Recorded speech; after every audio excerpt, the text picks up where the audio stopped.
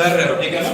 तो भावनाओं के जब जब भावनात्मक रूप से चीजें अचीव होने लगती है, इंसान सेटिस्फाइड होने लगता है, तो फिर उसे समझ में आता है ना कि मुझे धर्म करना चाहिए, ठीक है ना। सेल्फ स्टीम नीड आने लगती है, फिर उसको ऐसा लगता है ना कि क्या करना चाहिए, हमें रिस्पेक्ट मिलनी चाहिए समाज में, सोसाइटी में हमारा नाम होना चाहिए, ठीक है ना। इज्जत के लिए काम करता है, धर्म के लिए काम करता है, उद्देश्य के लिए काम करता है,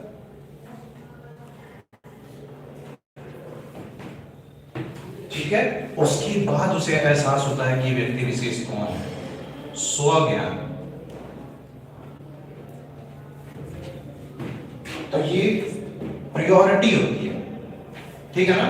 आप अगर जो ये पतंजलि का अष्टांग योग देखोगे, ठीक है ना, इंडियन फिलॉसफी है, ठीक है ना, भारतीय फिलॉसफी है, भारतीय फिलॉसफी को जब आप अंडरस्टैंड करोगे, क्योंकि वेस्टर्न जितनी भी फिलॉसफी है वो 200 से 250 साल के एक्सपेरिमेंट के बेसिस पे सारी चीजें लिखी गई हैं, आप समझ रहे हो। लेकिन हमारी जो सिविलाइजेशन है वो 5000 6000 साल पुरानी है, आप समझ रहे हो ना। जो क्वांटम फिजिक्स की जितनी इवैल्यूएशन अभी बताई जा रही है वो ऑलरेडी हमारे फिलॉसफी में डाली जा चुकी है। हमारे फिलॉसफी में क्या बताया गया है कि 7 चक्र होते हैं शरीर के, ठीक है ना। There are 7 chakras in body, इसी प्रकार से काम करते हैं, ठीक है ना। ऐसे चक्रास होते हैं। ये जो शुरू के 3 चक्र होते हैं ना, ये होते हैं सर्वाइवल के लिए,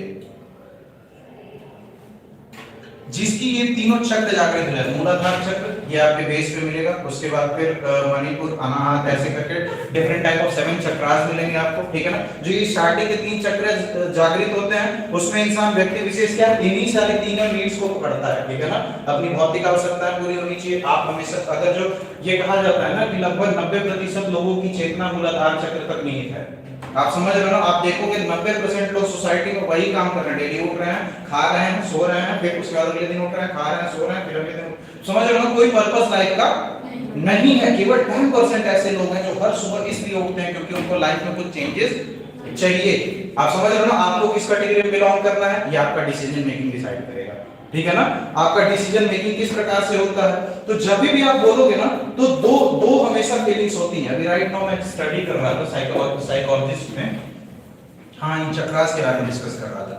स्टार्टिंग के जो 3 चक्रास होते हैं ना वो सर्वाइवल मोड पे होते हैं। अगर वो तीनों खोल रखे हैं तो आप अपने जीवन में बेहतर नौकरी पा जाओगे, ठीक है ना। और बेहतर नौकरी का मतलब आप सफल हो जाओगे, आईएएस भी बन सकते हो। उन चक्रास को अगर एक्टिवेट करते रहो, आपका ब्रेन जो है पर्सनली आपको सर्वाइवल मोड पे आपको एक्सपर्ट बनाएगा, आप समझ रहे हो। जैसे जैसे उस एनर्जी सेंटर्स को आप रिलीज करोगे, ऐसा होता क्या है, जैसे ही स्टार्टिंग के 3 चक्रास हो गए तो ऐसे लोग क्या करते हैं, अपने लाइफ में एक अच्छी नौकरी पा जाते हैं, सेटिस्फाइड लाइफ बिताते हैं, अपने जितने भी बॉडी प्लेजर्स हैं, जितने भी हमारी इंद्रियां हैं, उनको बकायदे संतुष्ट रख सकते हैं। उसके बाद क्या होता है, 4th वाला चक्र होता है जो कि हार्ट के पास होता है। ऐसे लोग जो होते हैं ना जिनकी 4th चक्रास एक्टिवेट हो जाते हैं वो संवेदनशील हो जाते हैं, ठीक है ना। सोसाइटी में देखेंगे किसी के साथ गलत हो रहा है तो पर्टिकुलरली आवाज उठाएंगे, ठीक है ना। अगर जो रास्ते से जा रहा है कोई पत्थर पड़ा है देखेगा, सारे लोग नहीं देख रहे हैं, वो देखेगा, वो हटाए, क्यों, अगले किसी व्यक्ति को चोट न लग जाए। वो क्या है, भावनात्मक रूप से वो पशु पक्षी इंसान पेड़ पौधे जीवित मृत्यु जितने भी चीजें सबको एक समान नजरों से देखेगा,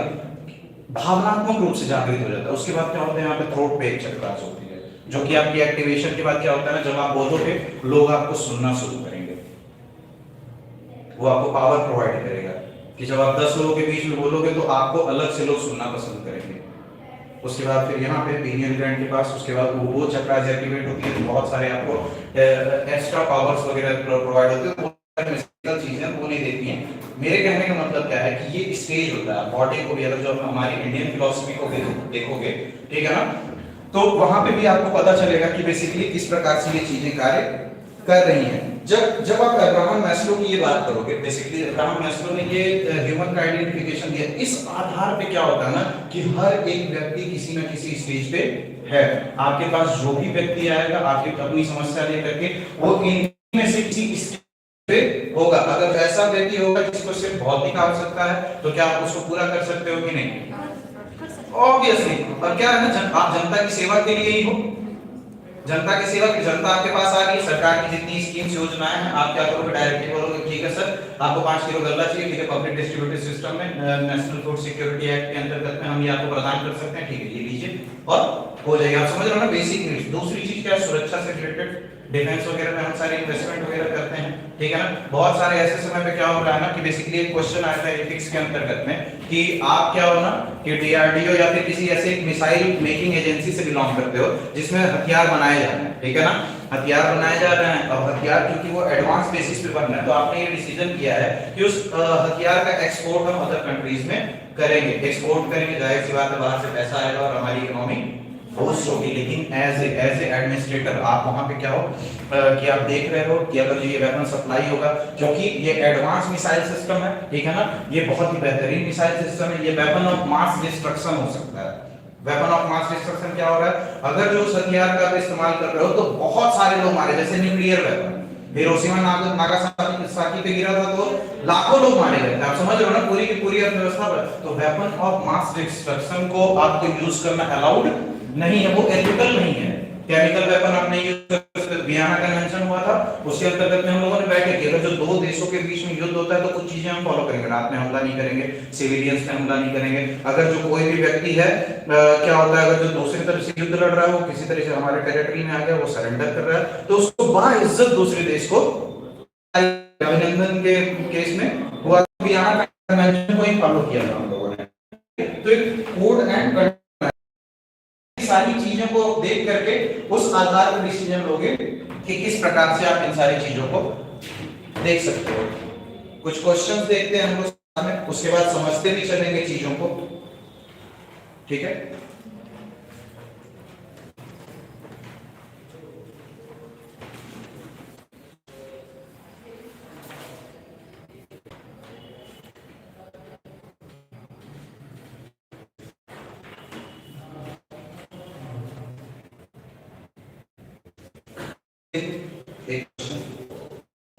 नाव डूबने वाली है, नाव डूबने वाली है,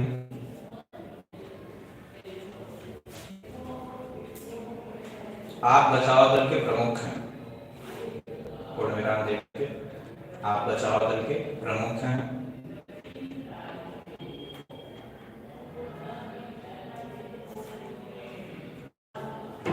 नाव के पास पहुंचकर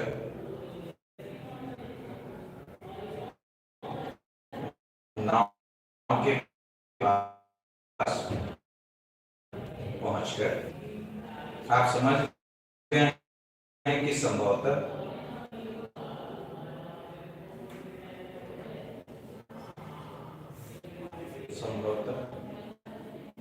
सभी यात्रियों को नहीं बचाया जा सकता है, सभी यात्रियों को नहीं बचाया जा सकता है।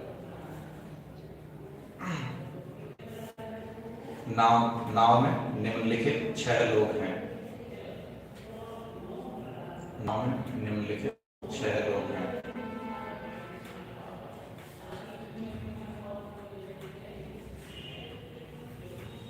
पहला नंबर लिखिए 5 साल का बच्चा,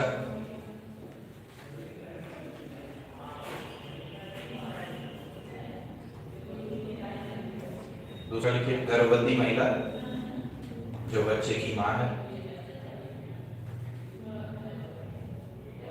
गर्भवती महिला जो बच्चे की मां है। तीसरा लिखिए घर का इकलौता कमाने वाला पुरुष जो बच्चे का पिता है, घर का इकलौता कमाने वाला पुरुष जो बच्चे का पिता है।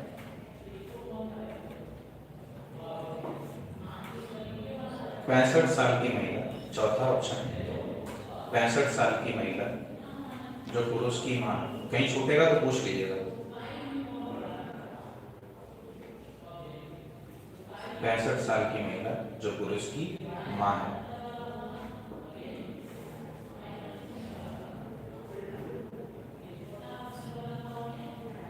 अगला लिख लीजिए 65 साल का पुरुष जो इस महिला का पति है।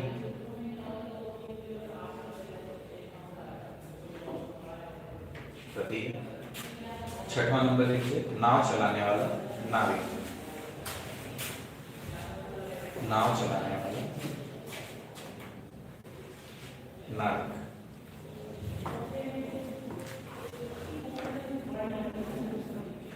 किस क्रम में बचाएंगे आप? पहले गर्भवती महिला को जो बच्चे की माँ है, ठीक है। उसके बाद 5 साल के बच्चे को बचाएंगे, देन फिर 65 साल की महिला को, फिर उसके पुरुष को, फिर घर का इकलौता कमाने वाले को, फिर नौकरी, फिर, ठीक है ना। करेक्ट सीरीज है, समझ रहे हैं ना सारे लोग, नोट कर लिए हो ना। देखो क्या होता है ना कि आप देखोगे हमारे कॉन्स्टिट्यूशन में, हमारे संविधान में बच्चों को, महिलाओं को बचाने के लिए विशेष वरीयता है ना। तो बच्चे और महिला क्यों इंपॉर्टेंट हो जाते हैं? बच्चे सबसे पहले देश के भविष्य हैं, ठीक है ना। और महिलाएं क्या करती हैं? समाज बनाती हैं, ठीक है ना। एक समाज को सही बनाना अगर किसी का कार्य है तो कौन किसका है? महिलाओं का। जिस सोसाइटी की महिलाएं डिटोरिएट हो जाती हैं, गड़बड़ हो जाती हैं, वो पूरा देश पतन की ओर जाने लगता है। राइज ऑफ इस्लामिज्म क्यों हुआ था? इस्लाम का राइज क्यों हुआ था? यही औरतों की बढ़ी हुई बेकार स्थिति के कारण। इसीलिए औरतों में वहां पे बदतनसी वगैरह की सारी चीजें। तो जो भी धर्म, जो भी रिलीजन आ रही है आपकी सोसाइटी में ना, वो किसी न किसी कारण की वजह से आती है, ठीक है ना। जो पर्दा वगैरह है, जितनी भी चीजें कल्चरल वैल्यूज हैं, वो आपकी उस समय के आधार पे, अब आज से 5000 साल पहले स्थिति, उस आधार पे आप आज डिसीजन मेकिंग कर रहे हो, तो वो सही है। आपको हमेशा अपडेट होना है। इसीलिए हमारे संविधान में अनुच्छेद 368 संविधान संशोधन अधिनियम, हमें पता है हमारा कॉन्स्टिट्यूशन परफेक्ट नहीं है, ठीक है ना।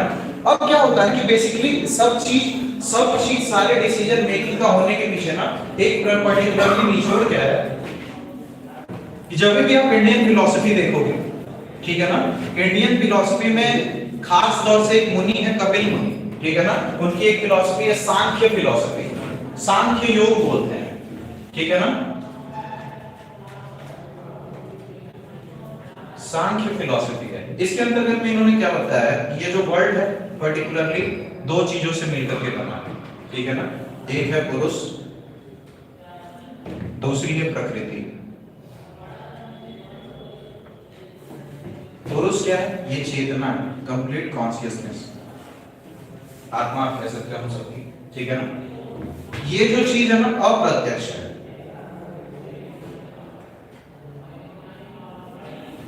अप्रत्यक्ष। प्रत्यक्ष रूप से जितनी दुनिया दिखाई दे रही है वो किसमें है? जब सबसे पहले प्रकृति, सबसे पहले एक ब्रह्म तत्व था, ठीक है ना। ब्रह्म तत्व जब दो टुकड़ों में विभाजित हुआ तो क्या बना? पुरुष और प्रकृति, ठीक है ना। ये जो अनमैनिफेस्टेड फॉर्म था, जो बोलते हैं बिग बैंग हुआ, पहला स्पेस एंड टाइम बना, वही चीज है। प्रकृति के जन्म होने के बाद सबसे पहले जो चीज डेवलप हुई उसको बोलते हैं बुद्धि, इंटेलिजेंस।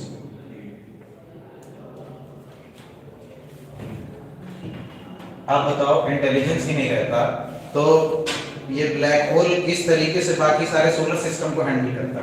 मैथ्स ही नहीं रहता, साइंस ही नहीं रहता, फिजिक्स नहीं रहता, तो आपको लग रहा है सोलर सिस्टम सर्वाइव करता? नहीं करता। ऑब्वियसली बहुत सारे ऐसे प्लैनेट्स हैं ना जिनके पास अपना सन भी नहीं है। हमारे पास अपना सन भी है, इस प्लेनेट पे पानी भी है, मतलब कि सारी परिस्थितियां उस हिसाब से कि ये प्लेनेट जीवन धारण कर सकता है, ठीक है ना। बेसिकली जब आप देखोगे ना तो बुद्धि के निर्माण होने के बाद ना क्या पैदा होता है? सबसे पहले अहंकार, जिसको बोलते हैं क्या? ईगो। बता रहा हूं किस तरीके से हेल्प करता है डिसीजन मेकिंग में, कैसे हमारी डिसीजन मेकिंग फॉर्म होती है, ठीक है ना। जब आप देखते हो अहंकार, अहंकार को अगेन आप दो पार्ट में देखते हो। ईगो जो होता है अगेन आप दो पार्ट में देखोगे। एक क्या होता है? सात्विक होता है, एक क्या होता है? तामसिक,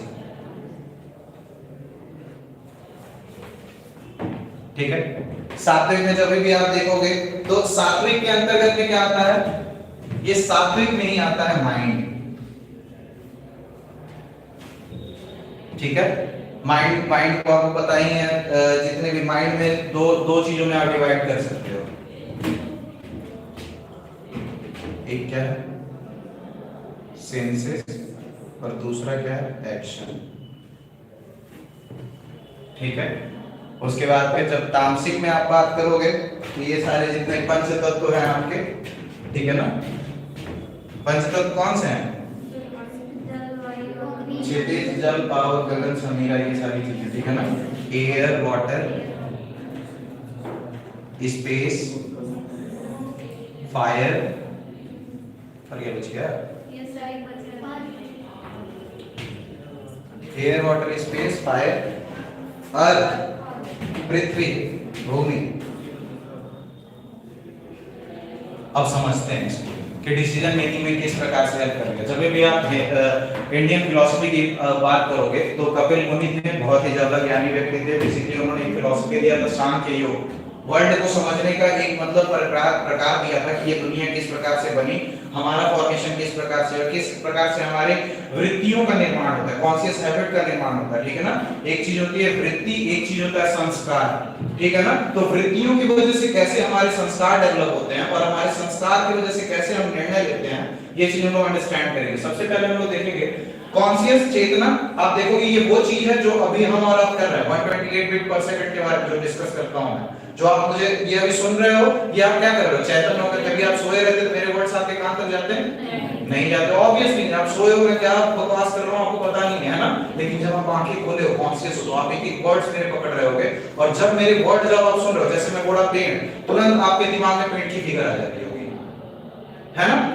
जिस वर्ड को आप इमेजिनेशन में नहीं कन्वर्ट कर पा रहे होगे वही चीज समझ में नहीं आती है। लग से पता होता नहीं है सर, ये टॉपिक नहीं समझ में आया क्यों? अब मैंने जो वर्ड्स बोला आप उसको पिक्चर में कन्वर्ट नहीं कर पा रहे, दैट इज द प्रॉब्लम। समझ रहे हो आप ना कि किस प्रकार से सही होगा। जब भी हम बोलते हैं तो ये चेतना जो है इसके बारे में अभी बहुत ज्यादा रिसर्च नहीं हुआ, बहुत ज्यादा नॉलेज नहीं है, बस इधर उधर की चीजें हैं। बाकी जो चीज हुई जो प्रत्यक्ष है उसके बारे में है कि हाँ बिग बैंग हुआ था, स्टार फॉर्म्स हुए थे, स्टार टूटे, फिर ब्लैक होल बना, फिर सन बना, उसके किनारे प्लैनेट्स घूमने लगे, प्लैनेट था उसमें अर्थ आया, उसमें फिर मनुष्य आए, मनुष्य ऐसे ऐसे डेवलप हुए, इवोल्यूशन हुआ, पानी से स्टार्ट हुआ, ऐसे करके इस स्टेज सारी की सारी चीजें। तो इसमें क्या हुआ ना, प्रकृति सबसे पहले आई, ठीक है ना। प्रकृति से किस चीज का निर्माण हुआ? बुद्धि का, इंटेलिजेंस। इंटेलिजेंस ही ये कारण है पूरे ब्रह्मांड बनने के लिए। आप देख रहे हो ना, न्यूटन को आप देखोगे, न्यूटन ने सबसे पहले क्या देखा था? तीन जो अपने सिद्धांत दिए थे किसके बेसिस पे दिए थे? जो घटनाएं इस तीन आयामी दुनिया में घट रही है, भाई सेब है टूट रहा है तो कहां गिर रहा है? नीचे। कारण क्या है? ग्रेविटी। आप समझ रहे हो ना। तो ये अंडरस्टैंडिंग जो डेवलप हुई है, जो बुद्धि हुई है, इसी बुद्धि के आधार पे विश्व का निर्माण होता है। इससे क्या होता है? अहंकार। बुद्धि जहां तक रहती है ना तब तक हम लोग सारे सिमिलर होते हैं। ये अहंकार है, ईगो है जो हम सबको आपको अलग करता है, ठीक है ना। अहंकार क्या है? पर्टिकुलरली मैं रजत मिसाल हूं, इस धर्म से बिलोंग करता हूं, इस कास्ट से बिलोंग करता हूं, इसलिए तुम मुझसे नीचे हो, चाहे मैं तुमसे ऊपर हूं, मेरी नॉलेज इतनी है, मैं इतना कमा रहा हूं। समझ रहे हो? तो अहंकार ये क्या करता है? डिफरेंस क्रिएट करता है हमारे आपके बीच में। जितने भी प्रशासनिक तंत्र के जितने भी अधिकारी हैं वो निर्णय लेने में असमर्थ क्यों होते हैं? क्योंकि वो अहंकार वश में होते हैं। वो सोच रहे हैं ना, पर्टिकुलरली वो जिस पद पे बैठे हुए हैं ना वो टेम्पोररी पीरियड के लिए है। आज आप कलेक्टर हो, कल कोई और होगा वहां पे। ऐसा नहीं है कि आपने सील करवा लिया है कि ये 2-3 जन्म तक कलेक्टर ही रहेंगे, ऐसा कोई नहीं है सील। जितने देर तक आपको कुर्सी पर बैठाया गया है, ये आपकी नैतिक कर्तव्य है कि आप उस कुर्सी के साथ इंसाफ कर सके। आप जनता के साथ करिए ना करिए, उस कुर्सी के साथ इंसाफ आपको करना है, अपने कर्तव्य में निष्ठ होना है, ठीक है ना। इसीलिए एथिक्स पढ़ना इंपॉर्टेंट है, डिसीजन मेकिंग पढ़ना इंपॉर्टेंट है। अहंकार जो होता है वो सेपरेट करता है। अहंकार क्या होता है? सात्विक। सात्विक मतलब पॉजिटिव एटीट्यूड किसी भी चीज को देखने के लिए, ठीक है ना। एक होता है तामसिक एटीट्यूड, ठीक है ना। तो ये चीज क्या होता है? सॉलिड फॉर्म में होता है। तो जो अर्थ, एयर, वाटर ये सारी चीजें बनी। और सात्विक वाले में क्या बना? माइंड। माइंड को जब आप बांटोगे दो चीजें आएंगी, सेंसेस।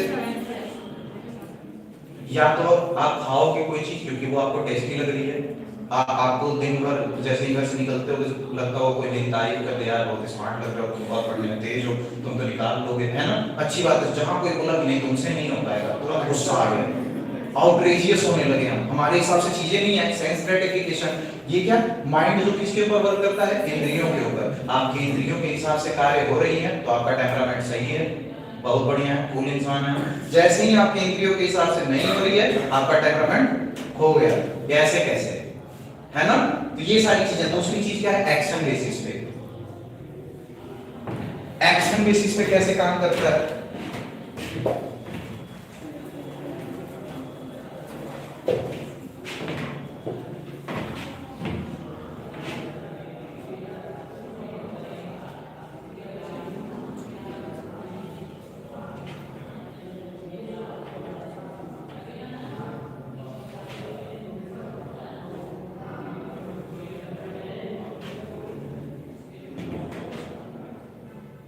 चेतन मन, अवचेतन मन। चेतन मन की वजह से बनती है क्या? वृत्ति। ठीक है ना। अवचेतन मन की वजह से बनता है संस्कार।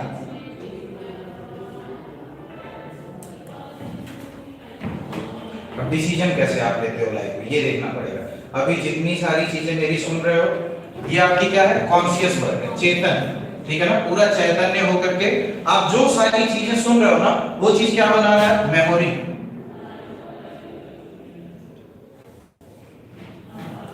वृत्ति बना रहा है, ठीक है ना। आपको याद रहेगा। अभी से अगर जो 3 से 4 घंटे बाद मैं आपसे पूछूंगा कि आज 1 बजे क्या हुआ था, तो आपको ये याद रहेगा ना कि पर्टिकुलरली एक व्यक्ति आया था, मुझे कुछ पढ़ाया फिर निकल गया, ठीक है ना। उसका नाम ये है, हाइट ये थी, ऐसा दिखने वाला था, आपको एकदम याद रहेगा, है ना। ये कॉन्शियसली, ये जो चैतन्य तरीके से जो आप मुझे अभी ऑब्जर्व कर रहे हो ना, ये आपको क्या बना रहा है, वृत्ति बना रहा है। यही वृत्ति ना आपके अवचेतन मन में जाता है। जैसे मैं अगर जो आपको बोलूंगा कि देखो किसी भी बुजुर्ग को देखना ना, तो जाकर के नमस्ते करना, ये संस्कार डेवलप करो आप। तो आप जब अगली बार किसी बुजुर्ग को देखोगे ना, तो मेरी जो बात है ना आपके दिमाग में स्ट्राइक करेगी, प्रणाम करना है, प्रणाम करना है, ठीक है ना। देखते ही तुरंत नतमस्तक हो जाओगे, तो सब कॉन्शियस हैबिट फॉर्म हो जाएगी। वही क्या बनाता है, संस्कार, हैबिट।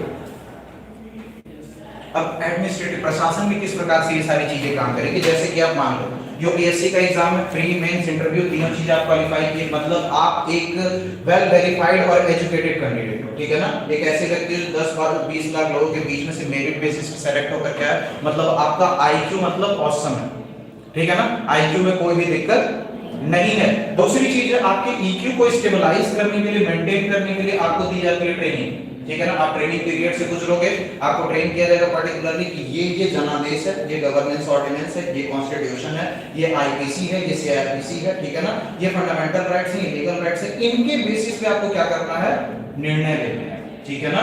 क्योंकि हमारा देश है कॉन्स्टिट्यूशनलिज्म, यानी कि संविधान को प्रधान मानता है, ठीक है ना। सबसे ऊपर कौन है, संविधान है, कोई भी व्यक्ति विशेष नहीं है। दैट्स व्हाई आपको कार्य जो करना है किस चीज के अंतर्गत में करना है, संविधान के अंतर्गत में करना है, ठीक है ना। तो जैसे ही ये होता है ना, बेसिकली आपकी चेतना में, जैसे आपने एग्जाम क्वालिफाई किया, ट्रेनिंग किया, उस जितनी नॉलेज आपको प्रोवाइड की गई है, आप रियल लाइफ में घुसोगे, आपको परिस्थिति एकदम डिफरेंट मिलेगी। ग्रेजुएशन तक, इंटर तक जो सारी चीजें पढ़ी थी वही पूछ रहा है कंपटीशन में, पूछ रहा है, कोई मतलब है एकेडमिक्स का कंपटीशन से? अभी तक जो पढ़ा कहीं काम आ रहा है? वही सारी चीजें हैं जो आपको ज्ञान दिया गया है, रियल लाइफ में वर्क नहीं करने वाली है। तो सब कॉन्शियस हैबिट का फॉर्मेशन होना बहुत ज्यादा जरूरी है, ठीक है ना। सब कॉन्शियस में क्या होता है ना, सबसे पहले जब जैसे ही आप चेतन होते हैं, मेमोरी का निर्माण करते हो, वृत्ति का निर्माण होता है। ये वृत्तिस कन्वर्ट होते हैं किसमें, संस्कार में। जो आपके संस्कार बनते हैं, उन आधार पे आप आगे निर्णय लेते हो। जैसे कि मैंने बताया कि कल से कोई गलत काम नहीं करेगा, कल से आप गलत काम नहीं कर रहे हो, ठीक है ना। आपको ऑटोमेटिकली गलत काम के प्रति जो संवेदनशीलता होगी वो धीरे धीरे खत्म हो जाएगी। ऑटोमेटिक आप पॉजिटिव वर्क करोगे, क्योंकि वो आपके अवचेतन मन में सेव हो गया। कैसे वर्क करता है, एग्जांपल देता हूं। सपोज दैट आप बचपन में एक बार साइकिल चलाना सीखे। जब आप सीख रहे थे साइकिल ना, तब आप चैतन्य थे कि नहीं, मुझे पैडल ऐसे चलाना है, ऐसे पकड़ना है, सामने देखना है, जहां नीचे देखा आगे ठोक दूंगा, है ना। कॉन्शियसली आप एक हैबिट का निर्माण कर रहे हो। एक दिन सीखा, 2 दिन सीखा, 3 दिन सीखा, पहली बार धीरे, दूसरी बार धीरे, तीसरी बार धीरे, एक हफ्ते बाद एकदम दमादम साइकिल चलाने आ जाएगा कि नहीं, पता चलेगा मम्मी पापा ढूंढ रहे हैं कहां गायब है 1.5-2 घंटे से, ऐसा होता है। तो उसके बाद आप क्या करते हो, फिर अपने दोस्तों को दिखाओ, देखो मैं आंख बंद करके चला रहा हूं। ऐसा कुछ आपने किया है? देखो मैं आंख बंद करके चला रहा हूं, मैं तो हॉर्न उड़ा रहा हूं, ये देखो मैं ऐसे कर दे रहा हूं। ये क्या है? फिर आपको सीखना पड़ रहा है, सबकॉन्शियसली सेव हो गया वो आदत। यही चीज है जब आप डिसीजन मेकिंग करोगे पर्सनल लाइफ में, जब आप एक आईएएस ऑफिसर बनोगे, तो कॉन्शियस हैबिट आपको ऐसी फॉर्म करनी है कि ऑटोमेटिकली वैसी परिस्थिति आए तो आपके पास वो जवाब होने चाहिए, ठीक है ना। तो कॉन्शियस चेतन मन में क्या फॉर्म होता है, वृत्ति, मेमोरी। मेमोरी के बेसिस पे आपके अवचेतन मन में क्या फॉर्म होता है, संस्कार। संस्कार के बेसिस पे आप क्या लेते हो, डिसीजंस लेते हो, निर्णय लेते हो, और उन निर्णय के आधार पे फिर से क्या फॉर्म होता है, वृत्ति यानी कि मेमोरी, और फिर वो सबकॉन्शियस माइंड में। तो ये एक सर्किल चलते रहता है। इसलिए बोलते हैं कि अच्छे संस्कार होना जरूरी है। संस्कार का मतलब आपकी सबकॉन्शियस हैबिट। संस्कार का निर्माण किससे होता है, कल्चर से। आप हिंदुइज्म में जन्म लिए हो तो पर्टिकुलरली आपको कुछ डिफरेंट संस्कार दिए जाएंगे, मुस्लिम में जन्म लिए हो तो आपको कुछ डिफरेंट, क्रिश्चियन में जन्म होगे तो आपको ऐसे ऐसे करने के लिए कहा जाएगा। आप समझ रहे हो ना, बुद्धिज्म में, जैनिज्म में आपको डिफरेंट डिफरेंट तरीके के सबकॉन्शियस हैबिट्स देंगे और जो भी आपको प्री एज्यूम्ड हैबिट दिए जाएंगे उनके आधार पे आप अपने जीवन में निर्णय लेने वाले हो, ठीक है ना। डिसीजन मेकिंग के अंतर्गत एक और क्वेश्चन लिखिए।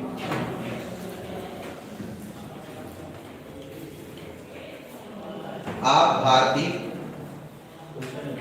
जी अगला क्वेश्चन है, आप भारतीय राजस्व सेवा के अंतर्गत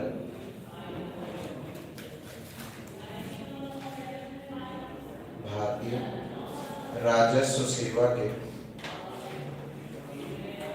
अंतर्गत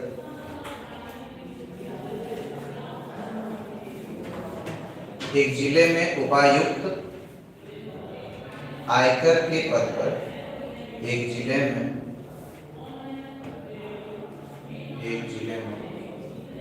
उपायुक्त आयकर के पद पर कार्यरत हैं,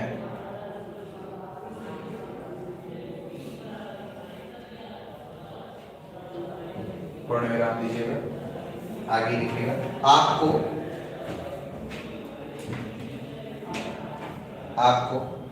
अपने निजी सहायक के पद पर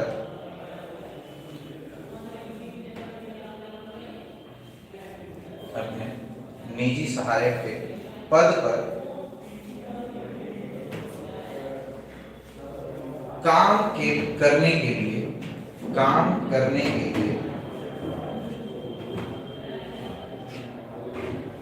एक व्यक्ति नियुक्त करना है,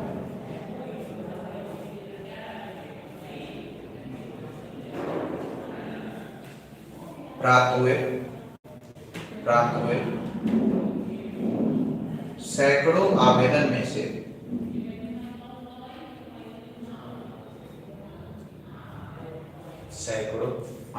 में से दो व्यक्ति को अंतिम साक्षात्कार के लिए चुना गया है।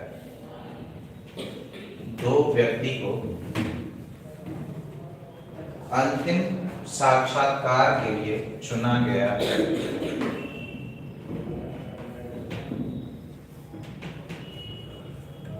जिनमें से आप किसी एक को रख सकते हैं,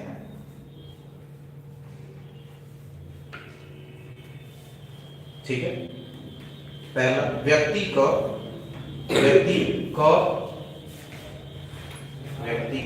बेहद ईमानदार है, कौमा, पर दक्ष व कुशल नहीं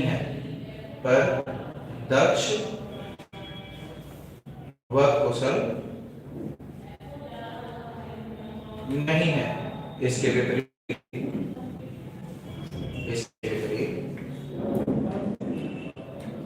दूसरा व्यक्ति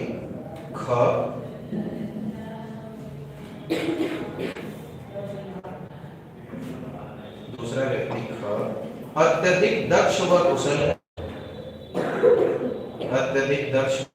कुशल है, पर इसकी ईमानदारी पर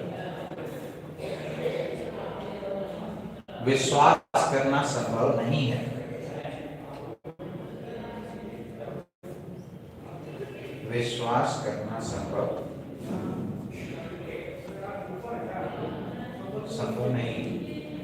आप करेंगे डैश, ऑप्शन ए लिख लीजिए। नियुक्ति की प्रक्रिया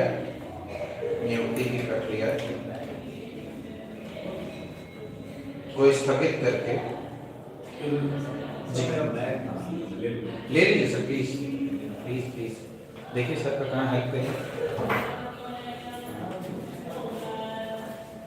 ठीक, नियुक्ति की प्रक्रिया हो गया। ये सेकंड वाला लिखना है, स्थगित करके पुनः आमंत्रण करेंगे, स्थगित कर पुनः आवेदन आमंत्रित करेंगे। ठीक है, ऑप्शन बी। क को चुन लेंगे, क को चुन लेंगे,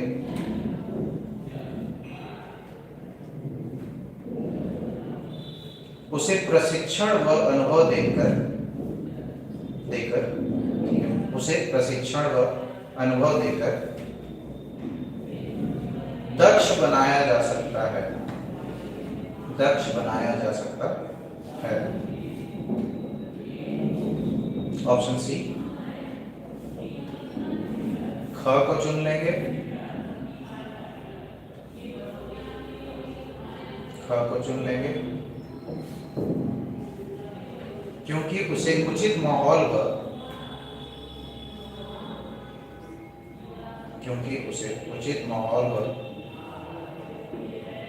पर्याप्त चौकसी के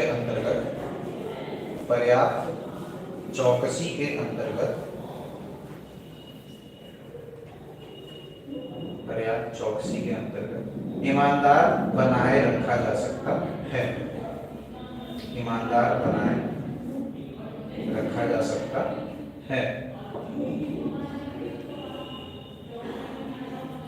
ऑप्शन डी।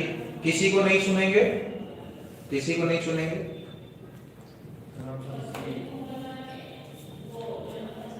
किसी को नहीं चुनेंगे, क्योंकि दोनों प्रशासन के लिए बोझ साबित होंगे, क्योंकि दोनों प्रशासन के लिए बोझ साबित होंगे। Option C sir. सर क को चुन लेंगे। क को चुन लेंगे। Yes sir. कितने लोग क के फेवर में? 1 2 प्रशिक्षण देके ये आइडिया आपको सही लगा। और कितने लोग ख के फेवर में? ख के फेवर में, क के फेवर में, ठीक है ना, क वाला। तो ख में से पा, ठीक है, एक एक करके ऑप्शन डिस्कस कर लेते हैं, ठीक है ना। सबसे पहले ये पहले ना परिस्थिति को समझते हैं। आप हेड ऑफिस हो, ठीक है ना, आपको एक टीम क्रिएट करनी है, ठीक है ना, आप लीडर हो, आपको मीटिंग हो रही है,